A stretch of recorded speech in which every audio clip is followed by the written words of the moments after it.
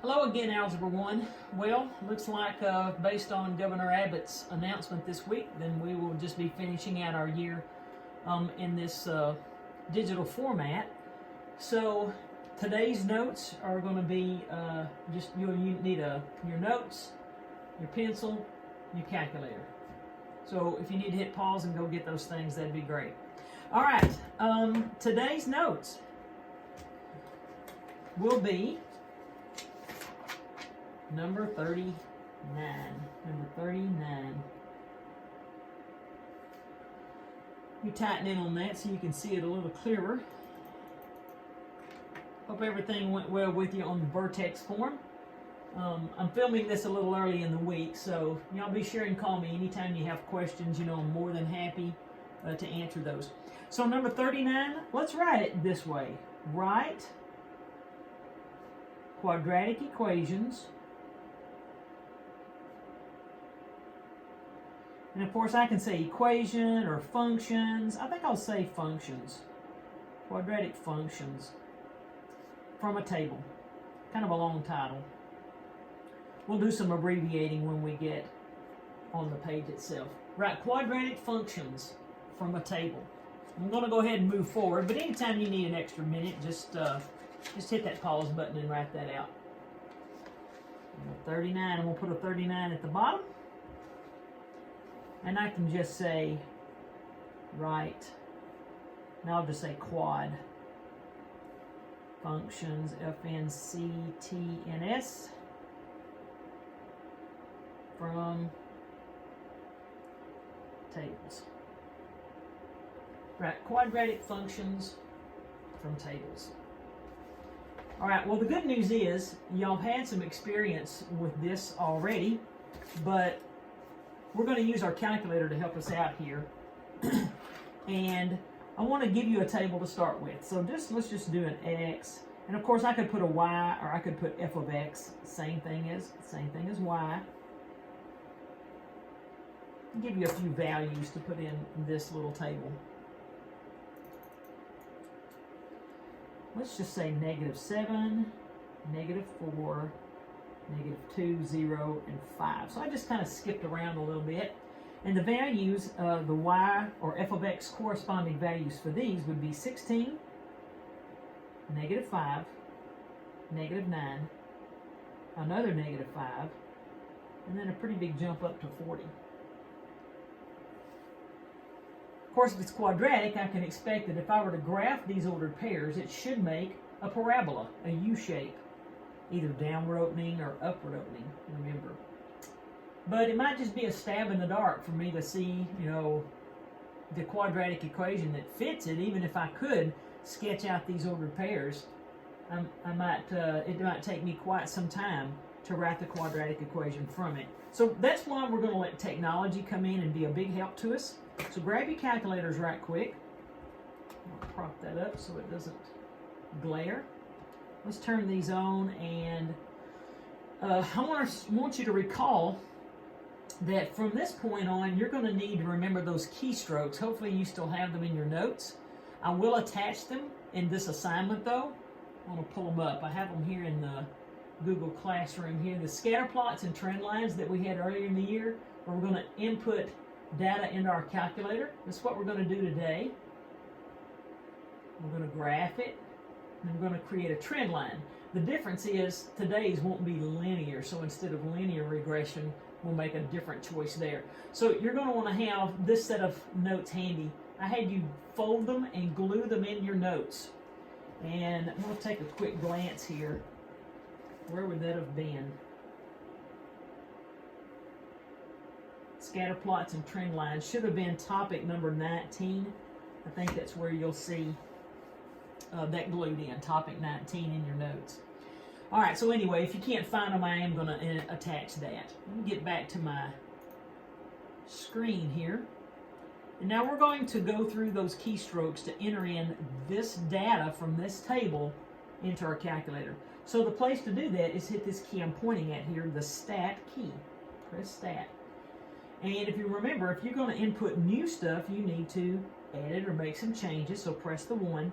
Now I have some data in here from some other time. I have no idea. The last time I put in data into my calculator, this was it. I need to clear it out. That sheet does have instructions to do that. Remember, you'll just up arrow and highlight the list name, then press clear and enter. Please press clear and enter. Do not hit delete. You can just actually delete the list, and you don't want to do that. You just want to clear it out. Highlight the list name, clear, and enter.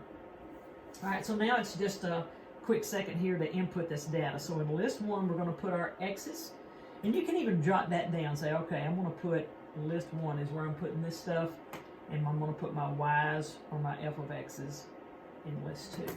So that's where we're going to go with that. -7. It puts it here to jump it into the list. Remember, you have to press enter, and it throws it up into the list. -4, 2, 0, and 5. All right, and once you get those pieces of data, 1, 2, 3, 4, 5 pieces of data, 1, 2, 3, 4, 5. If you'll notice, it'll tell you that you're in list 1, and it's waiting for the 6th piece of data. It's here on this blank. But if I jump up to the 5, it tells me your list 1 5th data point is a 5. Your 4th data point is a 0. So it kind of tells you where you are right here. We should have 5 data points. Now we need to put our Y's in list 2. So just right arrow, and let's input that data.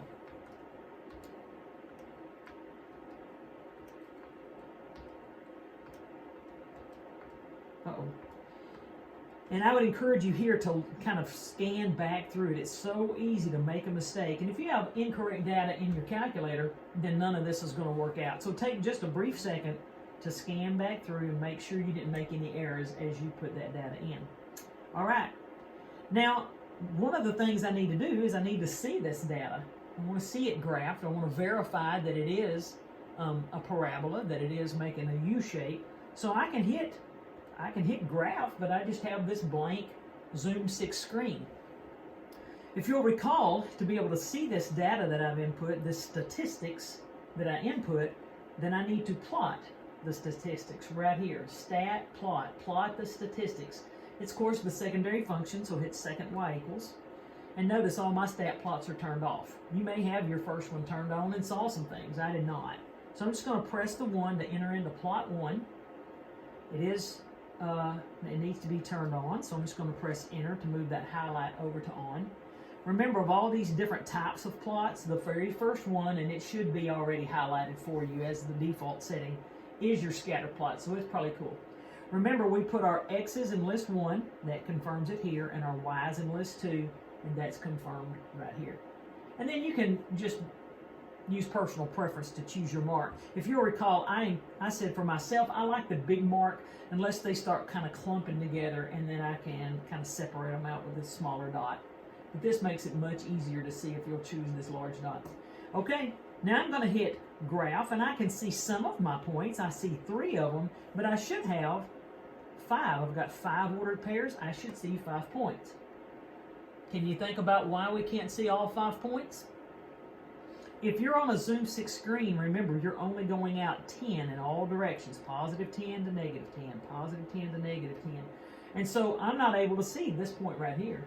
I can walk out to -7, but I'm only allowed on this screen to climb up to 10 when I actually need to go all the way on up to 16. It ought to be kind of up here somewhere. And then out 5 and up 40. So it's way, way, way up here. Well, I need to change my window. So I'm going to press this key here that says window, and I'm going to make my window ranges fit my needs over here. So from -7 to 5 should be my x coordinates. So -10 to 10, that pretty much covers it. So I'm going to leave my x's alone. These endpoints here of where it's going to take my graph out to takes care of these numbers in my list. I can be able to see them all. But my lowest one is -9. Here on my y's, so -10 ought to cover that. But look, my highest is 40, and this one's stopping at 10. So I need to go past number 40. So I'm going to down arrow to my y max, and you can just go to 50 if you want to. Now remember, your y scale, your x scale and your y scale say, well, what type of interval jumps would you like to make? I don't want to go all the way from -10 to 50. That's a space of 60. I don't want to go by ones there. You could go by 5s or maybe 10s. I think I'll choose 10s. So for our graphs to look alike, maybe you should too. Now when I go back to graph, it's going to have reset my window and I should see all 5 points. 1, 2, 3, 4, 5. Yep, there they all are. And see why it's important to make the big block? Had this been a small dot, you wouldn't be able to visually see this dot right here. So that's why it's a good idea to choose that big blocky mark. All right, so there they all are. And you can tell, well, they're definitely not in a straight line. It's not linear. If you were to kind of fill in the gaps here, maybe have the match point of this one over here and this one over here in this area, then you can see it definitely is the skeletal outline of a quadratic equations because it would make a parabolic shape. All right, so now this is where we say, hey, calculator, I need an equation for this. So to do that, we're going to enter back into this stat menu, and I need it to make some calculations for me. So we'll right arrow to get into this menu. Now when we did this in the past, we were looking at linear equations, and so we were choosing number 4, but that's not what we have this time. We have a quadratic regression or quadratic equation. So this time, let's choose number 5. So just press 5. It goes back to your home screen. It says, hey, I'm going to give you a quadratic regression or a quadratic equation for this data you've put in. Are you ready? It's blinking here in this weird spot to say, what do you want me to do? So just press enter, boop, and there it is. If you'll notice, this top line is just the blank standard quadratic equation formula. But then here they fill in the values. They tell me what A is, that B is 4, and C is -5. And so I'm just going to, on my paper, I'm going to take this A, B, and C out of the way and replace them with these numbers. So give me just a second. I'm going to scoot this over, and I'm going to write Y equals, or again, I'm just going to go ahead and stick with f of x equals. I like kind of moving ahead with that. Same thing as y equals. Same thing as this y equals. All right, a is 1, so I'm going to replace this 1. 1x squared plus bx, so that would be plus 4x. I'm going to replace this b with 4, plus 4x. And then I need to add the c value, which they told me was a -5. But that looks pretty good, except I have some things in here that aren't necessary. I don't need this ghost number 1. I can make it kind of, I can drop it because it's unnecessary. And I also don't need 2 symbols when 1's enough. So I'm going to drop these out. If I kind of clean this up, it should read f of x equals x squared plus 4x. Now think about it. Should it be plus 5 or minus 5? If you're adding -5, you're really just subtracting 5. All right, we're almost done. What we want to do now is verify this. If I graph this equation and it doesn't go through those dots, we did something wrong. So I'm just going to clear this screen and go to my y equals, and I'm going to input this equation. X squared plus 4x minus 5. Be sure to type a minus and not a negative. You don't want it to be multiplied by -5. When I press enter, I should watch it. Well, if I press enter, it's just going to go here. Press graph, and let's cross our fingers and hope it goes through these ordered pairs that I graphed earlier. Oh yeah, perfect. And so that right there is your verification that you know this is indeed the correct equation to match this set of data. That is your function rule, or your equation to match this table of data. All right. So remember, you may have to reset your window to match the data that you have. Let's do one more. This is actually called the handshake problem. I'm going to pull this up from my last year's class did this. There it is. So we'll refer to this as the handshake problem. And this will give us just one more opportunity to practice the keystrokes again. In the handshake problem, you're going to have people come up, and if we were together in the classroom, we would literally do this. But how many handshakes occur depends on how many people they are. So if I think about the sketch of that little statement, I'm going to put HS for handshakes. Handshakes depend on people. I'll just put PPL for people. So I know that my Y coordinate are the handshakes and my X coordinates would represent the people. So that helps me set my table up correctly. So my X's are the people. And my Y values, or my f of x values, or how many handshakes.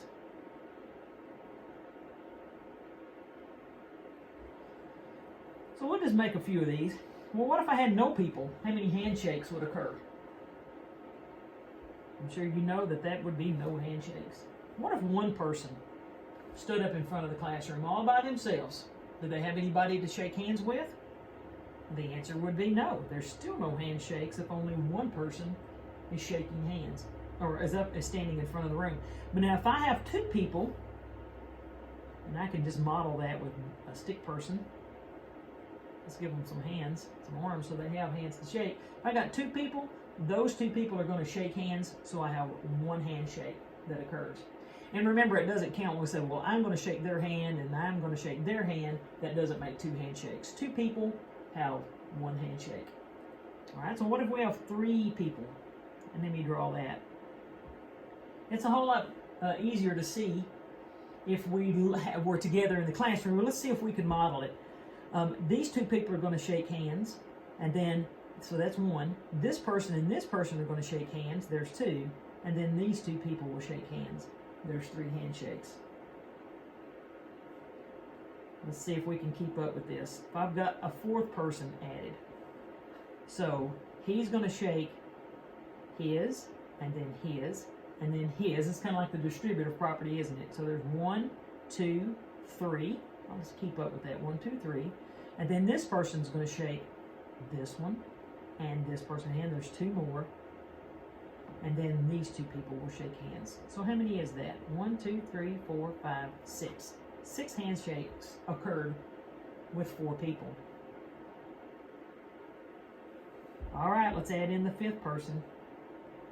Well, let's take a little bit of a shortcut here. When I add the fifth person, I'm going to have all the handshakes that I had before, plus the added handshake. So I'm just going to keep those 6 there. And what does adding this 6th person, how does that add to the handshakes that just 4 people had? Well, we're going to have the 6 that we had before, and then each one of these people have to shake his hand. So 7, 8, 9, and 10.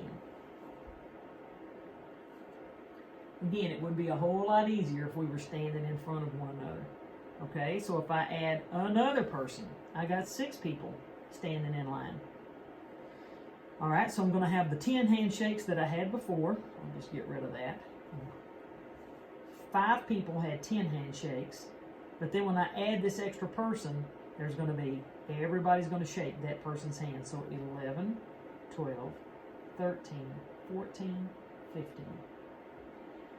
Well, what you want to do here now is look for any kind of pattern. Y'all look at the ordered pairs here. Look at these numbers. You can see I'm just going up by 1 here, so you can predict that the next number in our table will be 7. But what on earth is the pattern that's happening here? When you're looking for patterns, sometimes you can look at differences. What's the difference here? 0. What's the difference here? 1. And the difference here? 2. You see what's happening? The difference here is 3. The difference here is 4. The difference here is 5. So I think we can pretty safely assume that the difference here between 15 and the next number should be a difference of 6. And it is going up. So 15 and 6 should make 21 handshakes. And I can verify for you that's correct. Can you guess what the next one would be if this was a difference of 6? A difference of 7? Go ahead and write your answer down. 7 more handshakes will occur from here to here. 21 and 7 is 28. All right, I think you can kind of see that this could go on for quite a while. And my Algebra 2 class, y'all would have, how many of there are you? Like 17 of you or something in there? 15? I think there's 15 of you. So we could go, there'd be a lot of handshakes with 15 people. Notice it starts growing pretty rapidly. My 4th period group, there's 8 of y'all, so we could create 28 handshakes among y'all. All right, so let's do the very same thing that we did prior to in the steps above, and let's write a quadratic equation to meet this. And first, we're going to input the data and graph it and make sure that it is quadratic. Maybe it's not, but I bet y'all can bet I picked a problem that would match this. So I just need to clear all of this stuff out. I'm going to clear out that old equation. I need to go into Stat. So let's press our Stat key here and edit. And let's clear out all of that old data. Highlight the list name, clear and enter. Highlight the list name, clear and enter. Let's add in the X's here in list 1.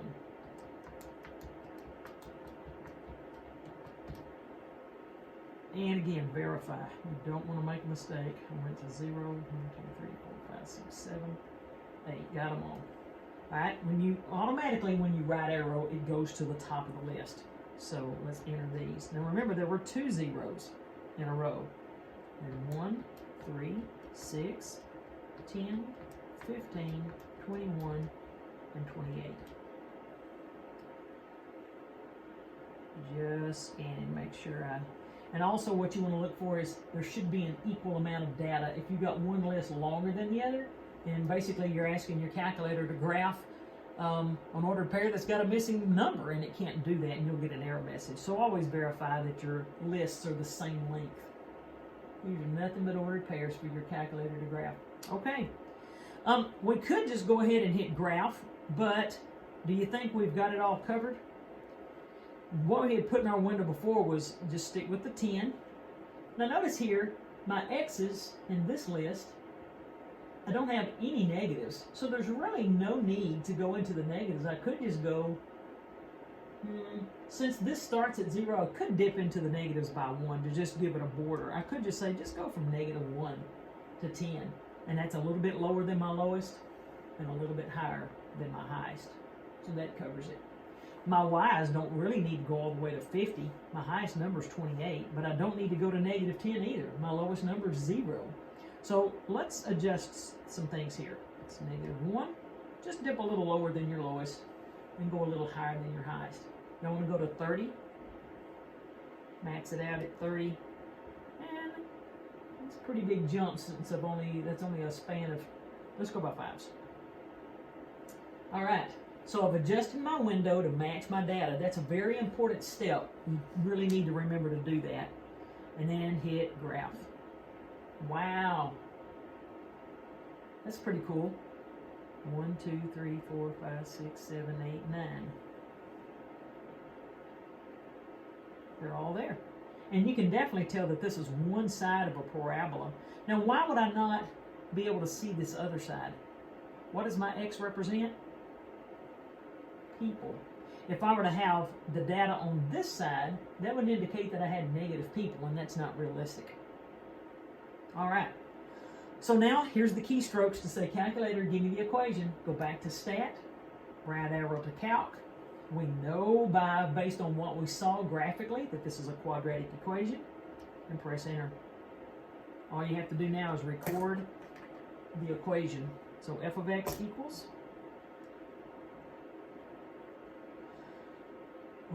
the a value is 0.5. So you can either say 0.5 or you can say 1/2. I don't really care. It's all the same, x squared. And my b value is a -0.5. So rather than put plus, I'm just going to go ahead and say minus 0.5x. And the c value is 0. So let's just don't even bother with the ghost of writing plus nothing. And there it is. That's the quadratic function that matches that table of data. All right, so I'm going to pull away this and show you. I just created this. And so it's what your assignment will be. It's called Quadratic Equations from a Table. And there's 4 problems. Handle them just like we did the notes right then. And you'll be writing your f of x equals rules right here in these blanks beneath each table. There are only 4 problems.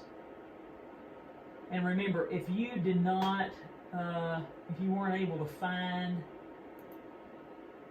let's see. There it is. If you weren't able to find this in your notes, if for some reason the glue let go, or maybe you don't have your notes, I am going to go ahead and put this in your assignment for the week as well. All right, guys. Pretty simple assignment for this week. Go ahead and get that. If you will, attach your pictures into Google Classroom when you send them in.